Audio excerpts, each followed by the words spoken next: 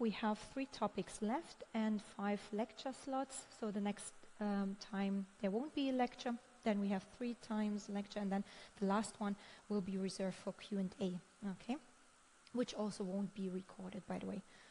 Okay, so let's start with nurse rostering and physician scheduling. Are there any questions? Maybe first of all? Okay.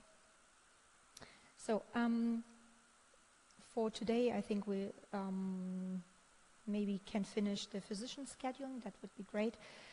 So let's give a short introduction to nurse rostering and physician scheduling, then what is workload management, then we will have a simple shift scheduling algebraic model that we have a look at, a nurse rostering model, and then how to schedule physicians. That is not that easy and straightforward. Okay, so why it's so important to talk about staffing decisions and nurse or physician rostering. So we have to balance these, let me use the laser. So we have to balance between efficient and the effective allocation of resources, because an efficient allocation might involve reducing staff numbers, okay, to reduce costs. But if this leads to longer patient wait times or poorer care, it's not effective anymore, okay? And on the other hand, having many highly trained staff available at all times is effective in providing, let's say, excellent care, but might not be efficient in terms of cost, okay? So that means efficient allocation ensures resources are used economically, while effective allocation ensures that these resources are used in a way that achieves the desired outcomes, okay? And we have to keep in mind that staff is the most expensive part for healthcare organizations, okay? So this is the most expensive ones to the human work capacity. Then we have, of course, uncertainty that makes the whole planning very difficult. We don't know when an emergency comes in. We are highly dependent on the patient census, but also the acuity levels. So these levels are simply used to categorize patients based on the severity and of their condition, and also the complexity of the care they need. Okay, so and again, there's high uncertainty level involved. And healthcare managers are struggling with chronic staffing shortages. Maybe you know it from media already, that we don't have enough staff, especially in hospitals, but also in care facilities or facilities for older people. But on the same side, we have also surpluses, but for particular specialties, for instance, not in general. Okay, so we need somehow to balance that. We have excessive labor costs. As I said, staff is very expensive. And maybe also you know it from media, patients and staff likewise are extremely dissatisfied with the care provided nowadays.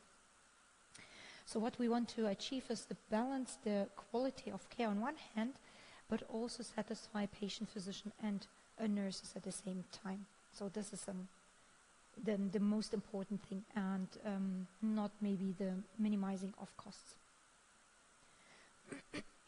Also here we have to differentiate between the time horizon we are planning. We differentiate between strategic, tactical, operational, offline, online. So strategic is always this long-term planning, often done annually for staffing problems. So basically, how many employees do we need? And so the staff size, the staff composition, what kind of skills do they need?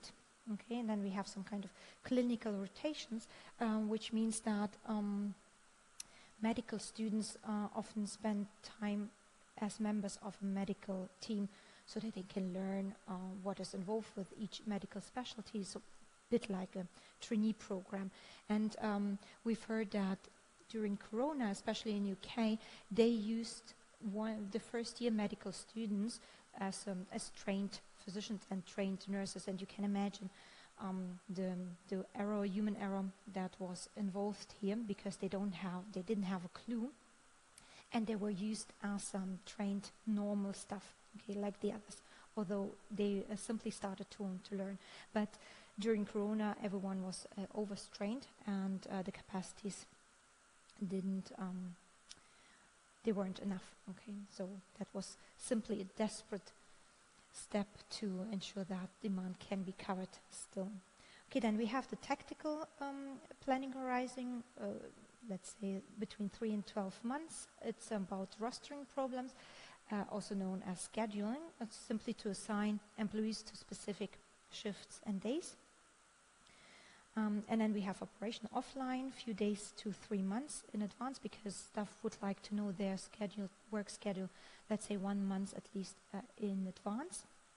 Okay, but we always have this kind of daily replanning because no plan is, at the end, every plan is somehow crap. And we have to reschedule because of emergency coming in, or a sickness of employees, and so on. Okay, so we have to reschedule that. So in the following, we will rather focus on tactical and also operational offline planning. What are the objectives? So again, we have to differentiate between the time horizon, so staffing problems with rather strategic planning. We want, of course, to minimize the wage costs in general. This is the financial objective, whereas the non-financial objective is to minimize expected under coverage of demand. So, for instance, a nurse, it depends on the specialty, but a nurse is responsible maybe for 3 patients. Okay, and if we have an increase in demand and we have 5 patients she has or he has to deal with, then it's pretty difficult. The errors are increasing, and the coverage is not guaranteed then anymore. Okay, so that is what we would like to avoid. Then on the tactical and operational level, rostering problems. Here we want to minimize the planned overtime, because we all know staff who's working overtime is stressed, not motivated, getting ill easier, and so on. And then for non-financial objectives, to maximize employee preferences for days of duty. Okay, what do you think? Why do we want, as a hospital, to maximize the employee preferences? Why should we guarantee, if they say, I would like to have the next weekend off, why should we say, okay, I will do everything I can to guarantee you that you have these days off? Why should a hospital be interested in that? What do you think? It's obviously a non-financial objective. Why do they care about to guarantee their days off, or if they would like to have Wednesdays afternoon off because they have badminton courses or whatever? So what do you think?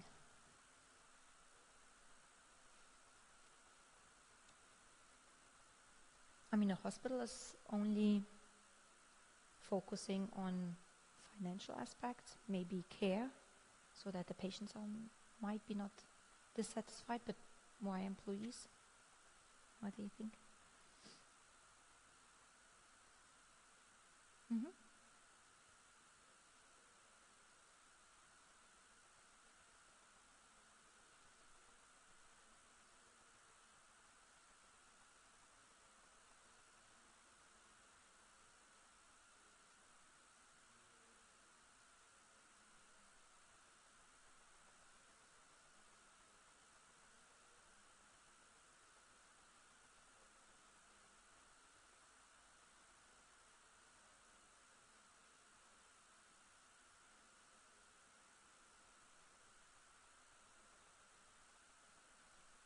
Mm-hmm.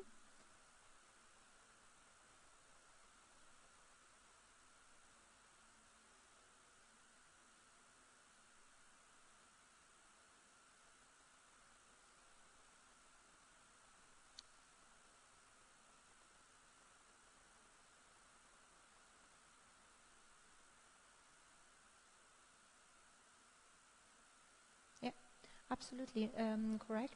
And also, in addition, maybe to complement this, they've shown that if they don't get the days off, the probability is pretty high that they call in sick on the day of the assignment, okay? So even if you assign the nurses or the physician to this particular day, although they wanted to take a day off, the probability is pretty high they won't show up anyway, okay? So, and then you plan maybe with more stuff, and then you end up with less. So, but you're absolutely right, it's mainly about motivation and keep them efficient. And then on the operational level and the online level, then we obviously would like to minimize usage of outside resources, because sometimes if you are understaffed, then you can call in, and there's some kind of agency who can rent or borrow, let's say, physicians or nurses. Okay, but they're pretty expensive. Okay, on the non-financial part is to minimize roster changes, because obviously no one would like to be called on a day off and asked, can you come in 1 or 2 hours for 3-5 hours, because obviously you had other plans. Okay, so no one likes that. Okay, then after the objective, what could be the constraints? And here we have to differentiate between the hard constraints and the soft constraints. So hard constraints are those which we have to adhere. Sometimes it's legal obligations we have to follow. Okay, so compulsory constraints, workload constraints, and soft constraints are those which we would like to fulfill, but if not, then there's some kind of violation, but we expect that or respect that. Okay, there's working constraints and also fairness constraint, working constraints. So we have to take circadian rhythm, also known as biorhythm, into account, which is body's internal clock, which is a natural internal process that regulates the sleep-wake cycle, okay, and repeats roughly 24 hours, and that we have to respect also. And fairness constraints, so first of all, of course, the question of what is fair, and what we think what is fair is that one shouldn't get all the tough shifts all the time and the others getting easier shifts, okay, so this might be for us something that is not fair. So maybe one gets always the night shifts and the others are getting the soft shifts. But if the one guy does like it, then is it still unfair? So this is the question. But in our case, we would say in general that we differentiate between that one shouldn't get all the non-preferred shifts all the time and the others not. Okay, so let's have a look at hard constraints. So we have these compulsory constraints. So we have to meet demand. Obviously, we need to have enough nurses, physicians to cover the demand in a particular period. One shift at a time, obviously. So the staff cannot work in the morning and instantly in the night. So 2 shifts per day or in each period. No backward rotation, which means you shouldn't get a morning shift after you had a night shift. Okay, so we would like to have always this forward rotation, so in the morning, then evening, the night, and again. Okay, then the minimum rest, so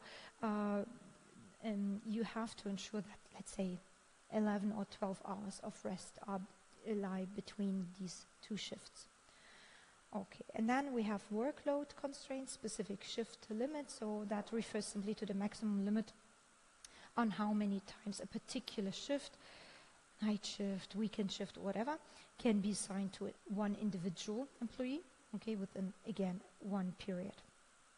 And then working time corridors, so we have to ensure that upper and lower bounds of working hours, so of course, you don't want, if you are a part-time employee, and what you don't want is to come into the hospital every day for 2 hours. Maybe you have travel time of 1 hour, and then you simply come in for 2 hours. So better, of course, for this employee is to come for 1 day and work 10 hours, okay, or let's say 8 hours, and then having the other days off. Okay. So soft constraint, we have working constraints, of course, which we would like to fulfill. This is stable roster, so we don't want to have too many changes in the shifts. preferred working stretch, so we don't want to work more than 6 days in a row, for instance. We would like to have specific weekends off, okay, either predefined, or we don't want to work every weekend and not 2 weekends in a row. We might not like too many night shifts, and we also would like to have these forward rotations, so day shifts, morning, then night, then evening, and then again back. On the fairness constraint side, we would have to like to these granted requests. So if I, as an employee, would like to have the Wednesday afternoons off or particular weekend off, then this should be respected. And of course, we would like to have this equal distribution of unpopular or tough shifts, so that not only one is getting all these unpopular ones. Joint weekends. So if you are assigned to Saturday, then it's better to also be assigned on Sunday, so that the entire weekend is correct anyway. Okay, so if you already have to work on Saturday, then also Sunday, so that I can forget this weekend. And also the equal distribution of free weekends. Okay, so let's start with the workload management. Why is it important to talk about workload?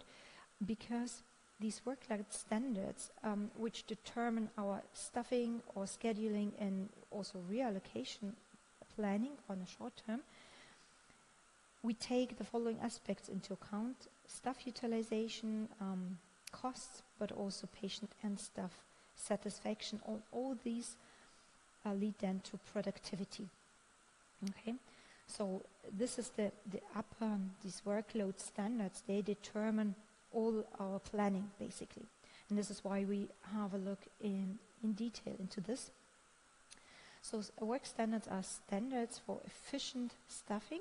Okay, therefore we have to define these work standards because we would like to achieve this efficient staffing in healthcare setting.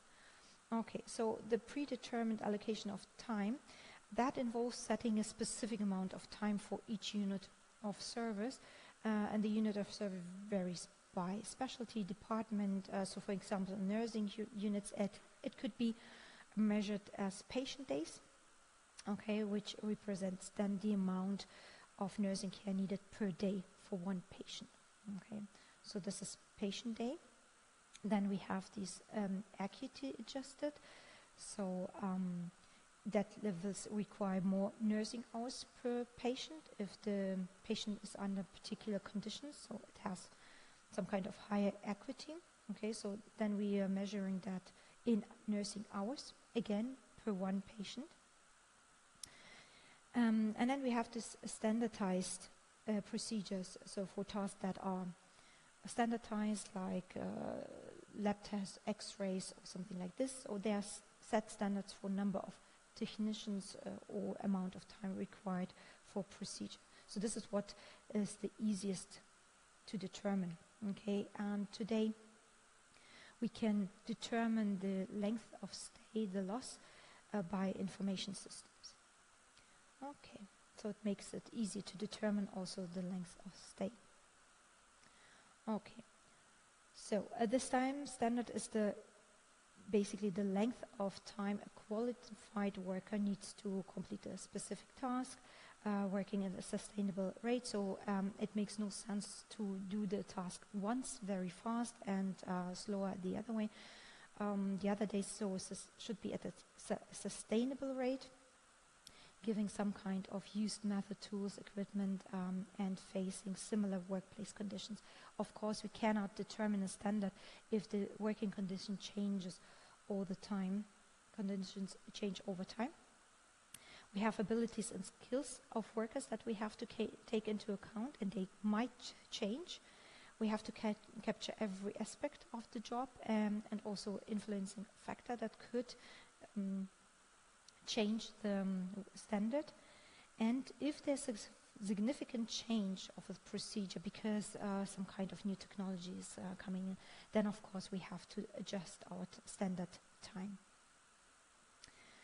Okay, so Here we have the choice of standard depending on the cost and accuracy targets, and we have to differentiate between internal and external standards. So internal, it's developed within the organization, often provided more accurate and context-specific benchmarks. On the other hand, external standards are derived from external resources, such some kind of industry benchmarks, which might be less precise for specific, maybe hospital needs. Okay. And then we have to identify documenting all the activities performed for this particular task. And then we have to classify it as a fixed or variable. So fixed, they do not change by the volume, so it doesn't matter how many patients we have and so on, they are fixed. And then we have variable ones, so fluctuating depending on the number of services offered, x-rays, recording of medical records, and so on. And then we can classify it by direct and indirect care. Okay, indirect ordering, for instance, so direct is centered around the patient, so bedside activities, where the nurse or the physicians are directly involved with patient care. And indirect are simply like ordering meals for patients, documentation, and something like that. Okay, so it's not directly, the patient is not directly involved in that. Okay, so methods how to define work standards. So we could use time and emotion studies. These are systematic methods used to analyze work processes. They focus on understanding, first of all, the time taken to perform a specific task and also the movements involved in this task execution. Do they have to walk to grab the medication, the devices, and so on? Then we have working samples, and which is the easiest one to use the historical data. So how is it this? So it's also least expensive. We collect simply data, on standard job elements, and put them together. So the standard time here is determined by the PR, which is the performance rating, and the observed time. So observed time is simply for concluding and finishing a job element, J, multiplied by this performance rating, which is simply a rating given to the worker's performance relative to a standard or expected level of performance. So one would be or let's say indicates that the worker is performing at an expected pace, and higher than one means they are faster, and lower, that's below the expected performance level. And then this is then the normal time, and this is then adjusted by the AF, which is the allowance rating, and that adjusts the normal time to ensure that the time standard is realistic and achievable under normal working conditions. And what does it mean, working conditions? So working conditions, and there are researchers who are spending time to define these allowance factors. So we have working conditions that are basic low, basic high, up to extensive high, and depending on the work conditions, we also have these kind of allowance factors. So the normal time is simply the time it would take for a task to be performed by an average worker under normal space without interruption, something like this, multiplied by this allowance factor, taking the conditions into account.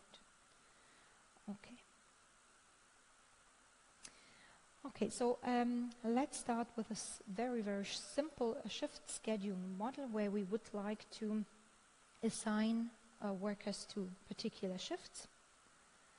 So we focus on rostering problems for nurses and physicians. So let's start with the definition of roster and rostering. So roster is simply a list of names, and rostering means the assignment of personnel to shifts during a planning horizon of, let's say, several weeks, because we are in an operational and tactical planning horizon. and we want to meet the demand, and we want to achieve a desired service level. So this is the definition of rostering. Okay, and the importance of rostering is that we want to have good rostering, which enhances, of course, the efficient use of hospital resources. Okay, and we want to add the quality of care staff and patient safety. We want to ensure well-being of healthcare workers, but also patients. And the problem is, and why it's so difficult, is healthcare operations around the clock. So we have 24/7 operations, and this is why it's also very complex. We have very time-consuming tasks. So if this is done manually, okay, then rostering planning is very time-consuming. That means that automation would be also very beneficial here. Okay, also to reduce the administrative burden. Okay, so allowing more focus on patient care. Okay, and the objectives of the hospital is minimizing costs, of course, maintaining continuity of care, so this service care is not interrupted. We also want to maintain moral or motivation, minimizing the turnover and absenteeism. I mentioned that before. If you don't respect their wishes and the preference for work days off, then they would simply won't show up because they would call in sick. Okay, so we don't have anything, neglecting their preferences. Okay, and on the other hand, from the nurse's perspective, we want to have a fairly distributed workload, and of course we would like to consider our preferences so that they are respected. Okay. So what hospitals might not have realized yet is that satisfied, motivated personnel is also more efficient. Okay, so this is what is still missing, and you can see here, if this is achieved, then we can achieve also motivation, moral, and also minimizing turnover. And here I would like to show you a short video regarding this topic. So let's see. Wait.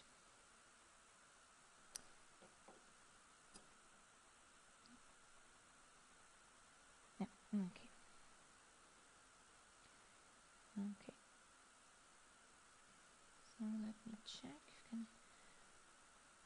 So it's called Nurse Exodus. It's from an American one perspective. Okay. Check. Do you see that? Okay. Let's try. Paid. Nurses are fleeing the profession in alarming numbers, with warnings Australia's healthcare system is on the brink of what could be a catastrophic shortage. If we don't wake up and take action, we are headed for a crisis. Absolutely. It's an alarming exodus. New figures showing 75,000 Aussie nurses have ditched the profession since the COVID pandemic. Some swapping nurse armour. Nurses no longer willing to put up with deteriorating conditions, including patient abuse. During the COVID pandemic was probably the worst abuse I've seen. It would be stressed family members or stressed or sick, delirious or psychotic patients, and they like to take it out on you. Nurses experience more occupational violence than police officers and prison guards. Overtime and extra shifts are leaving nurses burnt out and dejected. 1 in 5 leaving after being denied leave during COVID. It's distressing to know that you're going to be working 5 times harder than you should be. Their demanding job made even harder by a lack of respect from some doctors. I've had some abuse from senior doctors as well. They're often dealing with high stress scenarios themselves, but they can take out that abuse on you. Many say their average salary just isn't worth it. Nurses earning up to $90,000 a year, less than the $95,000 they could make as a librarian, or the $100,000 they could make as a warehouse manager, or the $145,000 they could make as a senior retail manager. And as the situation gets more and more dire, there are warnings the consequences for patients could be disastrous. If we do not have enough registered nurses delivering care, it is well researched and recorded that the patient experience and the patient outcomes are affected. We have to fit in doing the role of 2 or 3 people, potentially up to 4 people. And that means that the patients aren't getting the monitoring or the assessment that they need. There shouldn't be a politician who could sleep tonight knowing that nursing is not valued and that we're heading for a crisis. Well, joining us is Amy Halverson, a former nurse who left the... Okay, just an example how the problem is in America. So this is partially due to privatized sector. However, also in Germany, let's say, you may have heard about the discussion about the low-paid care workers, nurses, doctors. So as was shown also here, so relatively they're low-paid, but are themselves at a higher risk of being of abuse. And also they have a high responsibility they have to deal with, because if they are stressed, there could be wrong medication, wrong treatment, errors, whatever, what could happen. So they have high responsibility, low paid workers, no real respect from politician, government, but also might be the problem from the CROs, so the upper board, let's say. And if they are stressed, they are leaving. If they are leaving, then no one is caring for the patients, and then we have unsatisfied patient.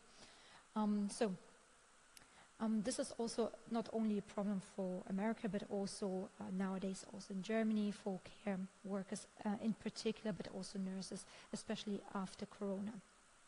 Okay, just a short insight into this problem of getting this motivation up, that they are efficient and can provide also care for their patients. Okay, so the problems when you are doing manual rosterings in healthcare, okay, they present several significant challenges, obviously. So that involves high time exposure and workload, of course making the entire process labor intensive and inefficient, because they have to handle large instances manually, which is impractical, but also leading to solutions that are maybe feasible, but of course not optimal in some sense. And this can again result in the unfair allocation of shifts, with some nurses being overworked. Sorry, I have to go back here. Being overworked. I can find my mouse here. Okay. Which impacts, of course, their well-being and job satisfaction. Okay, and also manual rostering lacks databases for quality assurance and process optimization. Okay, that means limiting the ability to make informed improvements. So of course, we need data to get better, and therefore automated rostering using operations research techniques and methods is of course recommended to address all these issues, okay, to ensure more efficient, fair, but also data-driven scheduling solutions. Okay, and with this simple shift schedule model, we are heading against this objective to minimize overall costs, to provide required number of personnel. So on one hand, we would like to ensure demand satisfaction. On the other one, we would like to minimize the overall costs. So we have the sense, M is the number of time intervals within a given cycle, for instance, days or weeks. N is the number of shift patterns. And here we have the parameters. B is the number of persons required in interval I. And CJ is the cost of assigning a person to a shift J. And this is the shift pattern. Okay, so this is MJ. So this is 1 if time interval I is a work period in shift J and 0 otherwise. We will have shortly an example to show that. And what we want to know, so these are input parameters. We have to assign that and give it to the solver. And what we get out of the model is the decision variables xj, so the number of people assigned to a particular shift j. Okay, so and here we have the model formulation, which is pretty simple. We want to minimize the costs of assigning people to particular shifts. Okay, and then the constraints have to be fulfilled. Sorry. So if the time interval I is within the shift j, then we can assign a particular number of people, and this should be at least the number of required people that are necessary for this particular time interval I. Okay, and of course we have non-negative assignments, and it is also should be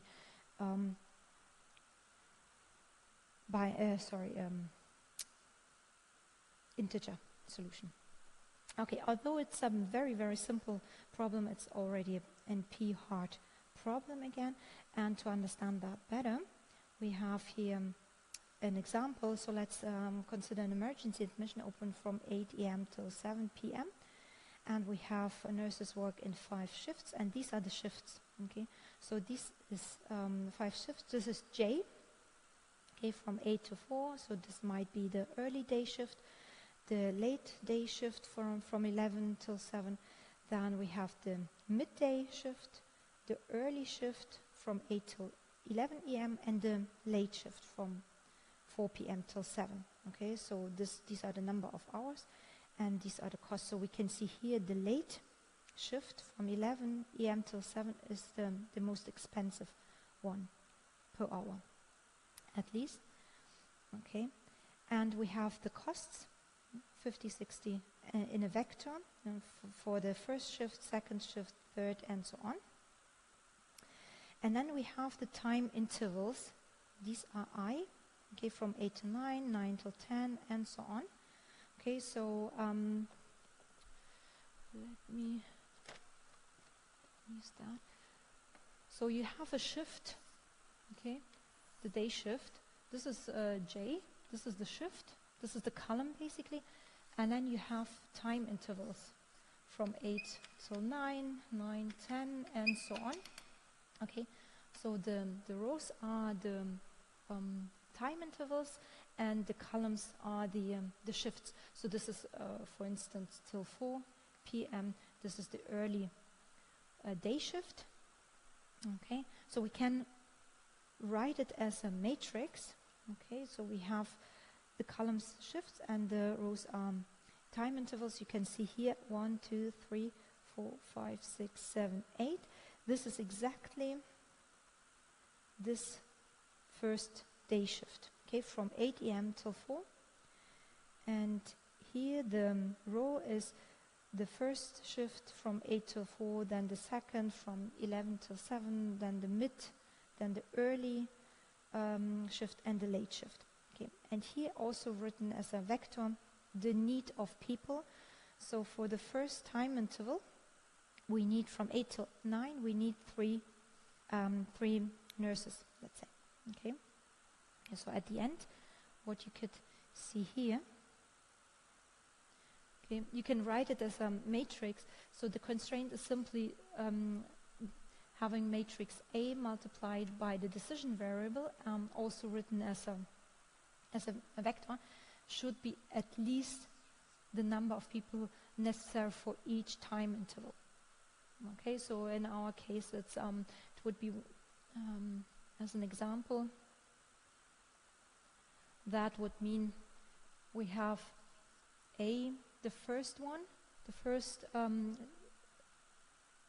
interval from 1 till 9, the first shift, so this is the early morning shift from 8 till 4 p.m. multiplied by J, so the first shift in our case, plus, and that is then the fourth shift, okay, and this should be at least 3 nurses, sorry. Okay, so how to read that? Okay, so and that is done for every time interval. Okay, so and the solution for this example is, for instance, that we don't assign anyone to the first shift, to the second one, but then to the third shift 8 nurses, fourth shift 4 nurses, and the last shift 8 nurses. So we basically every shift is covered, so every time interval is covered, from 8 a.m. till 7 p.m., but no one has to work 8 hours, which makes sense because why don't we assign an 8-hour shift for the early day, so from 8 till 4, and also no one is assigned to the late shift from 11 till 7? So why it's 0? Why do we assign nurses to the mid shift, early shift, and late shift? I mean, we covered everything. We covered from 8 till 7 every interval, yeah? Please.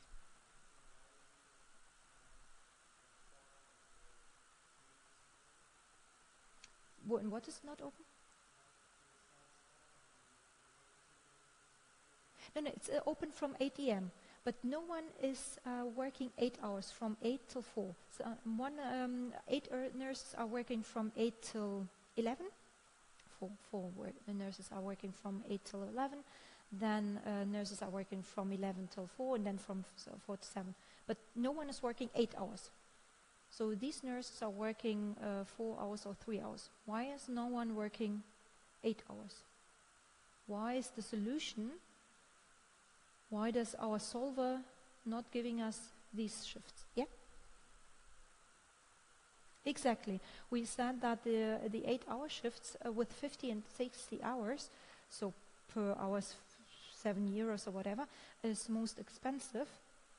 And this is why we try to avoid the assignment of these 8-hour shifts. But everything is fine because the solution provides demand coverage, so we have enough nurses for each time interval from 8 till 9, 9 till 10, and so on, till the end of the day, till 7 p.m., to avoid too high costs. Okay, so this is an integer solution. Okay, so we found one. And although we know that this is an NP-hard problem, it was shown that we can solve it easily if the columns of matrix A contain continuous rows of 1 entries, which means that for each column, all the ones appear together in a block, so they are not interrupted by zeros. Okay, so if we look at this matrix, you can see here the ones are in a block and then the zero starts. The same for the second column, third, and so on. So if there would be some zeros in between, that would be a problem. But if they are assigned to a block, then it's for the algorithm it's fine, and it can find solution pretty fast. Okay, and then this linear relaxation of the problem. Linear relaxation, I think you know what it means, right? So that we neglect the integer constraint and assume that x can be a continuous variable. So this is the linear relaxation. Okay, and this provides an integer solution, as I said, only if the columns of matrix A contain continuous ones entries. Okay. Then you can simply solve it using Cplex or Gurobi, some kind of standard solvers, and you can see here for 60 intervals and 12 shifts, the solution time was only 4 seconds, so this is pretty fast and can be done easily, so we don't need a manual rostering planning. Okay, so we can do it with this kind of solver. Unfortunately, this is still not done in hospitals. They are still doing it manually, which is error prone, of course, and not very fair. So the things I mentioned before. Okay, but of course, this is a very simple shift model, and there are no consideration of personal or individual level, so it's not that Peter is assigned to the first shift and Sonia to the second shift. So it's simply how many nurses do I need for a particular time interval. We are also not considering hard or soft constraints, and we don't differentiate between them. And this is why we now start with a nurse rostering scheduling problem. And as always, especially in supply chain management, for instance, we need to classify these scheduling problems because there's a huge body of literature with different characteristics, and they advertise that this is a new model, you know, and they tweak in some aspect of it, and this is why it's often useful to have a classification, and this is adapted from the scheduling problems, alpha, beta, and gamma. So if we look into the literature, that could be classified, what kind of alpha, beta, and gamma do I have? So alpha is the machine environment, meaning that it's simply the personal environment, the number of staff, their skills, but also are they available, and also the personal constraint and skills in interaction. Okay, beta is the work characteristics, describing the workload for the entire team, and also the coverage constraints and shift types. Okay, so for instance, day or night shifts. And gamma is the optimization objective. So it could happen that you have a very similar problem, but what they've changed was to consider a different objective function, okay? And then only gamma changes, for instance. Okay, and everything else is the same. So it's simply useful to differentiate the classes if it's a real new model, or is it just that they find a new optimization model, find a new skill that is could be included. Okay, so alpha, it has different personal constraints, so the availability of a single nurse, is it a full-time or part-time contract, holiday period, and so on. The sequence of single nurse, so the number of consecutive working days or 3 days, constraint of shift types, so no night shift after 3 days, because for instance, if you come in the evening or in the night and you had a day off, there's no flow information, okay, so there might be information missing, okay, and we also would like to have this forward rotation. Then a balance, so that we would like to balance the number of work hours, okay, the number of assignments, night shifts, and so on, and also chaperoning, meaning that two particular nurses should always work together because they are more efficient, they complement each other, okay, and they are more efficient together, let's say. Then the skill interaction, so we could have a fixed number or a variable number of different skills, because some nurses are allowed to work in intensive care units, are allowed to work in operating rooms, and the others not, so we have to take this into account, and of course we could also have an individual skill definition. Beta, this is the working characteristics, so we have to take the range into account, so do we have 3 to 4 early shifts, 2 to 4 late shifts, we have to differentiate between the time intervals, also fluctuation. Actually, the coverage should be the same over a period of time, but if not, because we have New Year's Eve, for instance, then for this particular day or holiday, we might change the shift types and the shift numbers. Okay, and then we could have a fixed number of shifts, variable number, but also overlapping. So we could have, as was given in this example, we could have from 8 till 4 and then from 8 till 11, so they are overlapping then. We could take this also into account. And then we have to differentiate objectives, because we would like to minimize the violation of personal constraints or coverage constraints, minimizing the number of personnel, because we would like to minimize, of course, cost, indirect costs in this case, but also robustness. We don't want to have these often changes of rosters and schedules. We don't want to reschedule too often. Okay, want to, of course, to minimize the number of disturbances. Okay, because no one likes that. And everything else, so if you cannot find that in the literature, it's a general objective function, so it's some kind of different type. And of course, we could have a multi-objective problems. So the objective is what do you want to achieve, and the mode is how do you want to achieve that. So you could have a weighted cost function, weighted multi-objective problems, and so on. So you can also have a convex combination of several objectives. This is also possible. Okay, so now let's start with a very general model for nurse rostering. So we have again the sets. I is a set of nurses as their skill categories. J is again shift types, and D is days. Parameters, the dash is the maximum number of days in a row, so we don't want to work more than 6 days in a row. R is the requirement in a shift, so how many nurses with particular skill S do we need in shift J on a particular day D. Okay. A is the working hours of shift J, so we had that before, so between 8 and 4 p.m. this is a 8-hour shift. H is the contract working hours for nurse I, so it could be part-time, it could be a full-time nurse, and PIJD is the preference of nurse I to work shift J on day D. So this is not that she want to, or not that the nurse would like to have the particular day off, but it's rather here modeled as the preference to work on Monday, on Tuesday, on Wednesday. Of course, we could also define it differently and also adjust the model accordingly. But here it's the preference to work shift J on day D.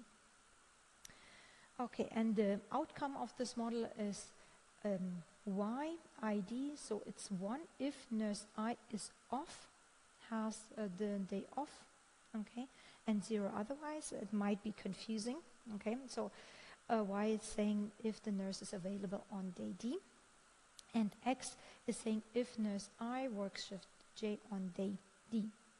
Okay, and then we have some overtime for every nurse. Okay, so we have 2 common objectives that are pretty common in literature. So we, on one hand, we would like to maximize the preference score, okay, and on the other hand, to minimize overtime.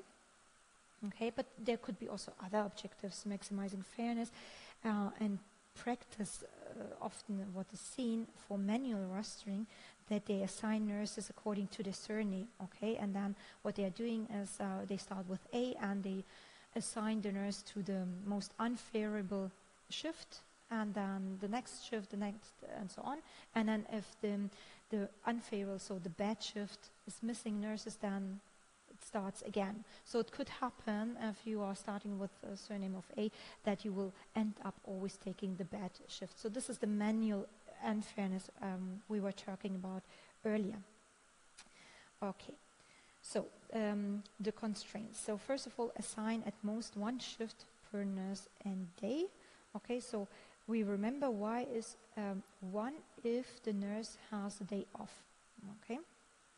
And then it's 1, so if it has a day off, then this is here 1, so the right hand is 0, so we cannot assign this nurse to any shift on this day. Okay. If it's 0, so the nurse is working, then it's on the right hand side, it's 1, and we can assign this nurse to 1 of these shifts, but only 1 shift on this day. Okay, so it's for every nurse I and every day D. Then we have the total working hours of nurses. So maybe the nurse has 40-hour contract for the month, for the week. Okay, and then we assign that nurse to this particular, so over all shifts and all days.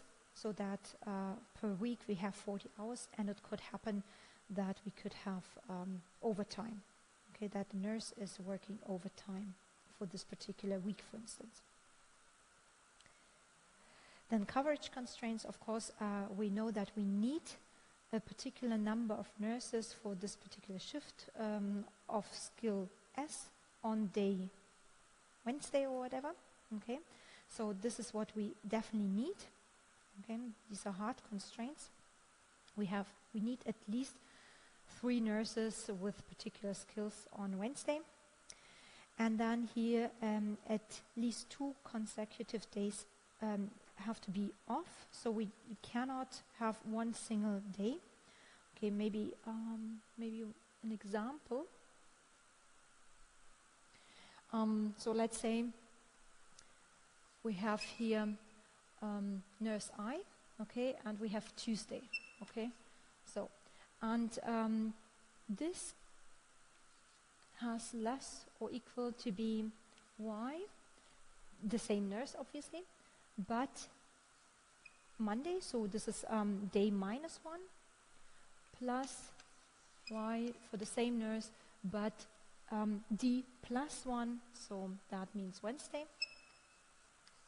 Okay, so if this would be 1, okay, that means nurse I has a day off on Tuesday.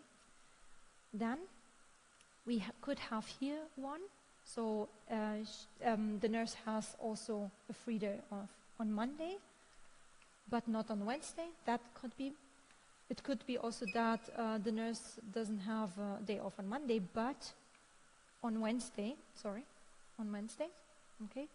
Or what could also happen is that the nurse has free on Monday, Wednesday, and Tuesday. That's also possible. Okay. So it shouldn't be more than that. Okay, and you can think of what happens or what will happen if you have a 0 here.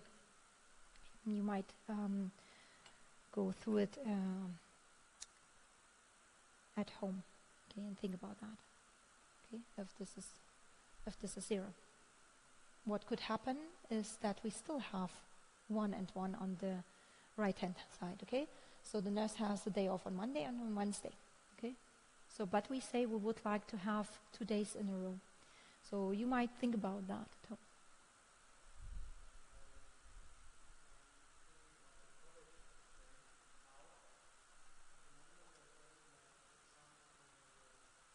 Nurses? Hmm?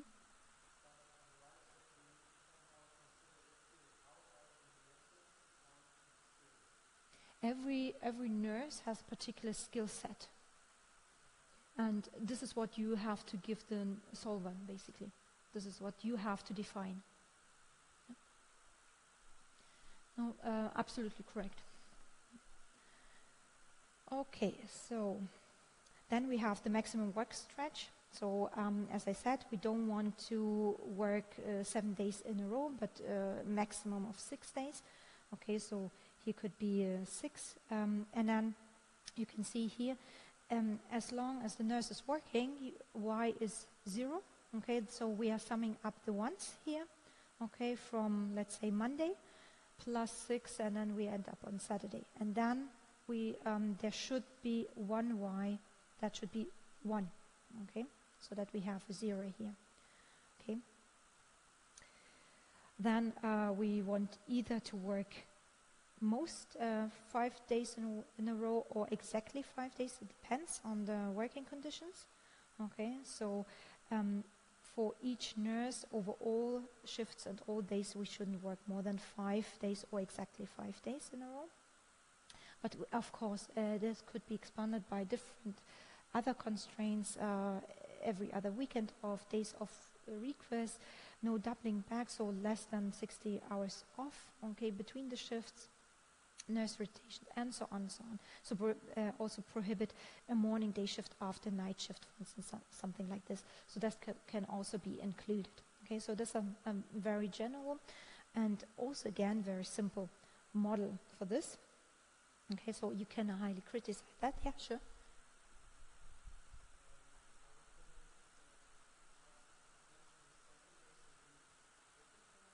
Yeah, no, 7. So you can also consider a month of 30 days or something like this. This is also possible. If you consider basically, because we are rather in a medium and short-term planning, it's rather weak. Okay, but of course, as a nurse or a physician, you would like to have your schedule for 1 month in advance. So this is pretty common to do that. Yeah, but it would be the same planning and algebraic formulation here. Okay, other questions? Okay. You can also use, and this is why it's always difficult to understand why hospitals are still not working with some kind of software. Even Excel provides, I mean, with IBM extension, but still it provides some kind of solver that is included.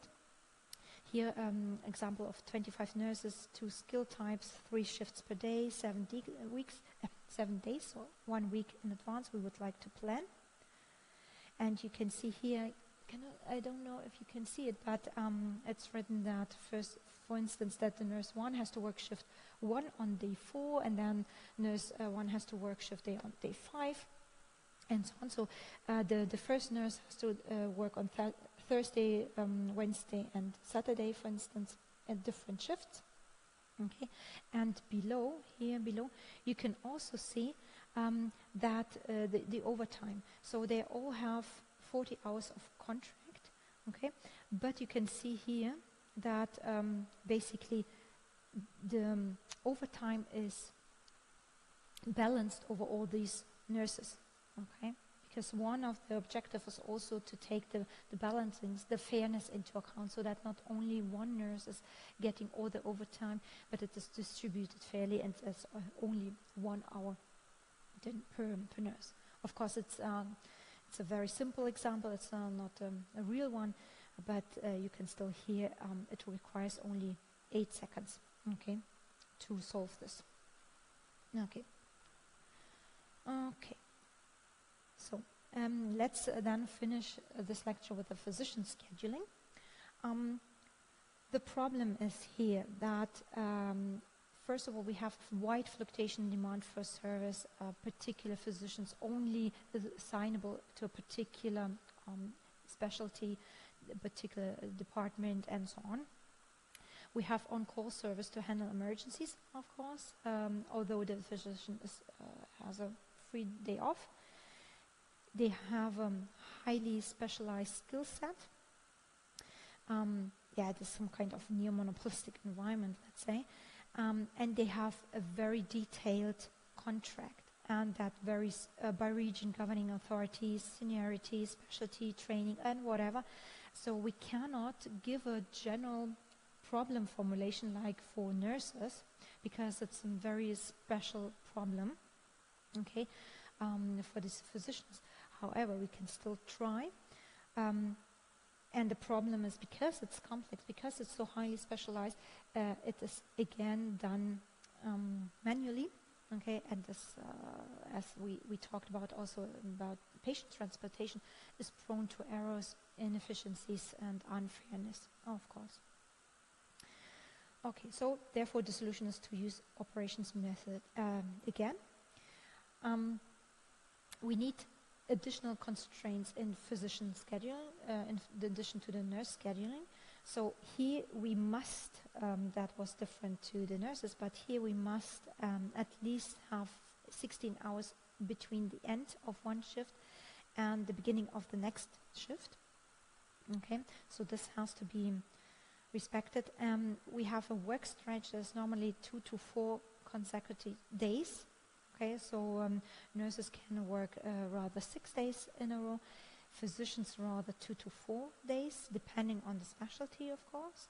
And some hospitals also assign some kind of blocks of 5 days, but if they have some kind of break in between. Okay, so but again, it depends on the contract they have. And then they have grouped in blocks of at least 2 consecutive days. So if they have days off, then they have 2 days off in a row. Okay, and then often is after working day or evening shift, but at least 3 days off should be assigned after night shifts, because they are highly intensive for physicians. And of course, they prefer to have Saturday and Sundays together. So that's better than to have this time, this week I have to work on Saturday, next week I have to work on Sunday. So both weekends are then ruined. Yeah? And we have different shift types should be signed equitably, so avoid fatigue, obviously. Weekends off should be evenly distributed over the schedule, so I cannot have 3 days, weekends off in a row and then 3 weekends I have to work. So it should be equally and evenly distributed. And of course, I have also to respect some kind of preferences. Okay, so that they would like to work during weekdays and not weekends, day rather evening shifts, and so on. Okay, but not necessarily. It could be that some people they have some different biorhythm and they love to work during night shifts. No, it's easy. Maybe it's calmer, whatever. So that has also to be taken into account. And we have different, again, a huge body of literature with different aspects that are covered. So we have intensive research, physician shortages, difficulty of replacement, and so on. So we have some kind of special feature that we would like to cover. Okay, so the importance of physicians for hospital, the relevance of experience. Someone who's working since 20 years is more preferred, okay, to assign. But we have, of course, demand volatility, okay, and demand uncertainty. We had that once, the difference between demand volatility, where we have to deal with variances. So we don't have demand every 3 hours, 3 patients. So we have 1 hour, 20 patients, and the next hour, 0 patients. So we have these maybe significant fluctuations we have to deal with. And then on the other hand, we also have uncertainties because we don't know the emergencies coming in. Okay. Okay, and all these special features, they have some consequences on our models. Okay.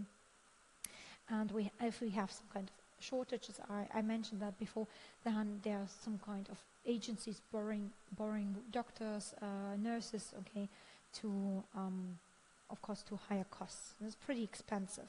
But if you plan badly, then it might happen that you need these kind of nurses, additional physicians, that you rent these working staff at a higher cost.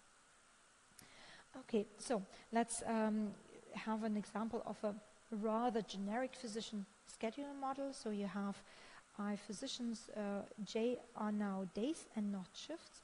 W weeks and K are shifts. And these are the parameters. So we have the cost for assigning physician I to shift K on day J.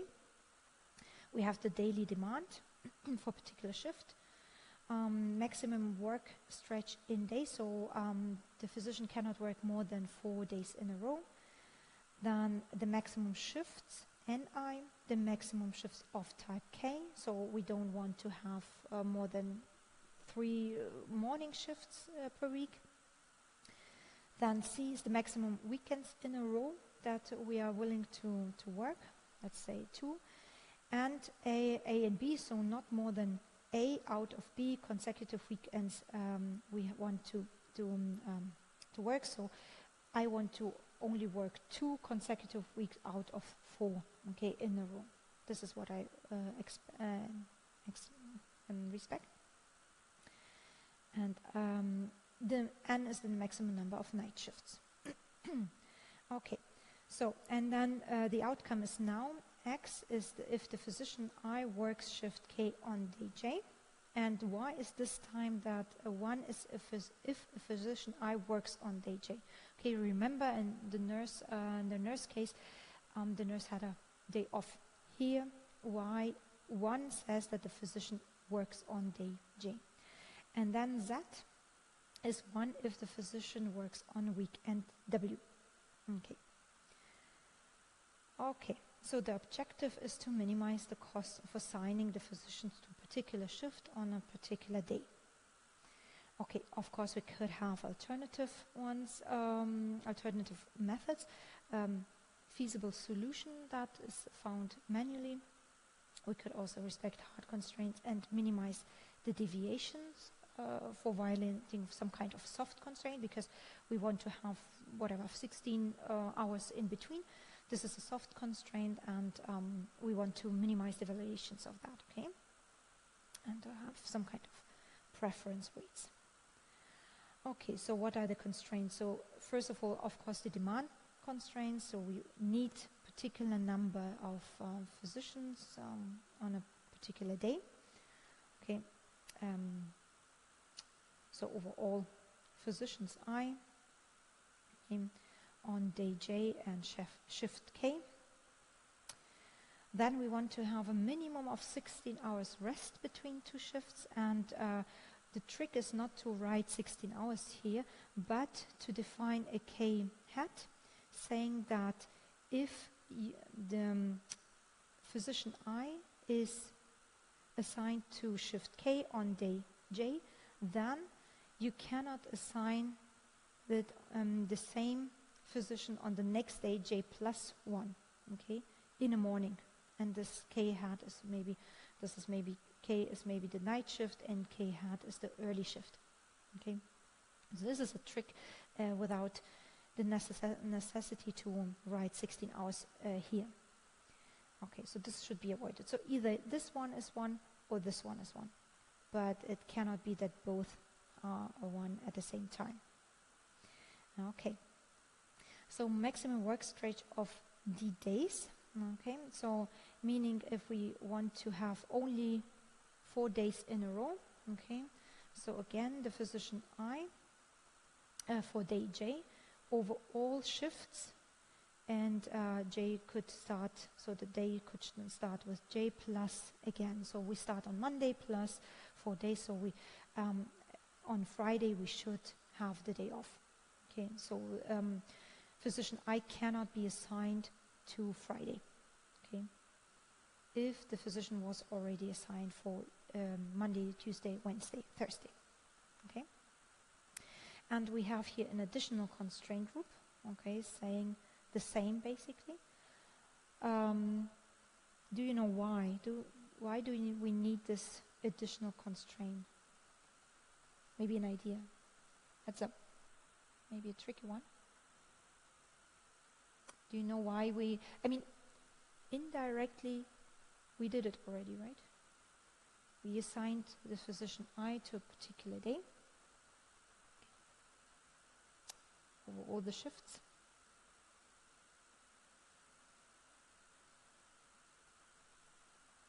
Okay. Maybe let's have thought about that longer. It's maybe not time pressing. Yeah.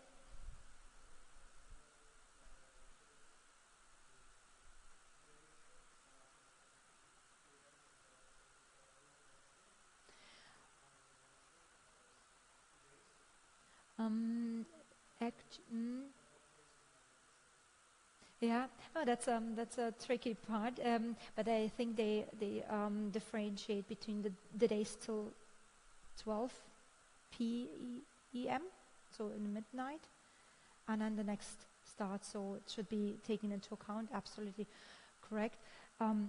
It's simply, and this was the trick part, it's simply for convenience basically, because we also want to know which physician is available on a particular day. So it's it can be avoided, but if you want to have this information, you can simply include it into your formulation, but it's not necessary, okay, the case.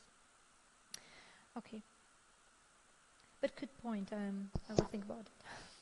How to formulate it, and so how to include that into the conditions for the parameters. Okay, so the next one, the weekend shifts.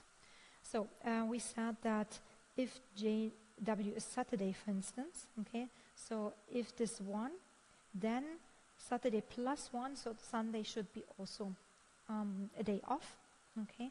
So that is if they work.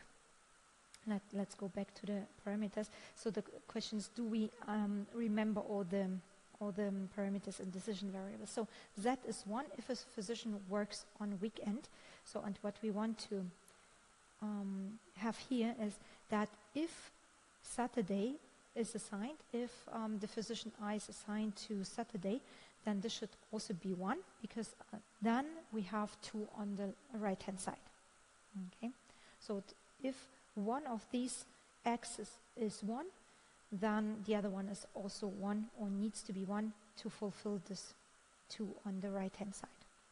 And of course, if the physician I is not assigned to the week, then the right-hand side is 0, and that means they are not allowed to work either on Saturday nor on Sunday. Okay, then we have the total number of shift assignments, so we cannot have more than 5 shifts assigned to a particular physician I, and the same as the distribution of shift types. So this particular physician and a particular shift, let's say morning shifts all the time, okay, should be per week only 3 times. So the physician I should only work 3 times in the morning from 8 till 11 or whatever. Okay, so this is the number of here. If it's the same for all physicians, then we can neglect this index, okay, I. So this is why it's in brackets, okay, simply for you as an orientation. But if it's physician related, then we need also this index. Okay, if they have all the same contracts, then you can neglect that, obviously. Okay, so then the availability of staff. If a physician tells me I don't want to work this particular shift, okay, then it's simply 0. We can formulate a hard constraint here. Okay, so the solver is taking this into account. So if a physician I request a day off on a particular day, J hat, okay, so we can use a particular hard constraint here, so the solver won't assign this physician to this particular day. And then the distribution of weekends. So if we want to have, let's say, 3 weekends in a row, the maximum one, then the physician I can be assigned 3 times in a row over a period of, let's say, 4 weeks. Okay, so for one particular month. Okay, and then here we have that only 1 of, let's say, 2 I would like to work in a row. Okay, so this is what you can assign. You can also neglect that. Depends again on the contract of the physician. And the last constraint group is that we want to have maximum number of night shifts for each particular physician and each day, also over all days, the sum over all days. Okay. Are there any questions? Okay. Then I would stop here, and we won't go through this physician schedule including overtime. However, if you are interested, you can check the slides, because for now we neglected the aspect of physicians working overtime, but of course we can include it, and we should minimize the overtime because physicians are very stressed, overstrained and so on, so we would like to avoid that. There's some kind of model you could check, but we stop here. And next week, as I said, there won't be a lecture, but there won't be the second expert talk, which I highly welcome you to participate in. Okay, and then so I will be next week on a conference, so there won't be a Monday Q&A session and there won't be a lecture. Okay, so that means see you in 2 weeks then. Okay, many thanks.